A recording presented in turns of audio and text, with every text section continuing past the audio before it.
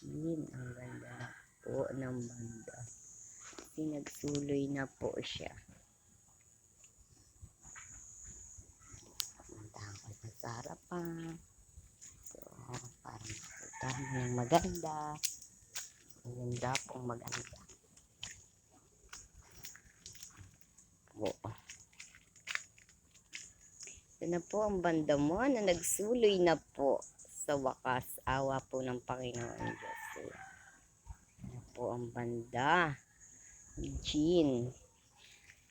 Dadami na po ito. Ito na po yung pinutol ko. Kasunod naman po nito ay mamulaklak na rin siya. Ito naman po yung orchid. Ito naman po yung banda na maliit.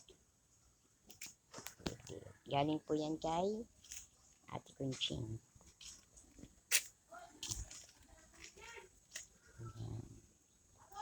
Tapos ito po yung banda. Ang ganda talaga, Jean. Ang ganda. Ang ganda niya. Nagsuloy na talaga siya. Ayan po yung suloy. Ayan. Ayan na po yung bago. Ang ganda.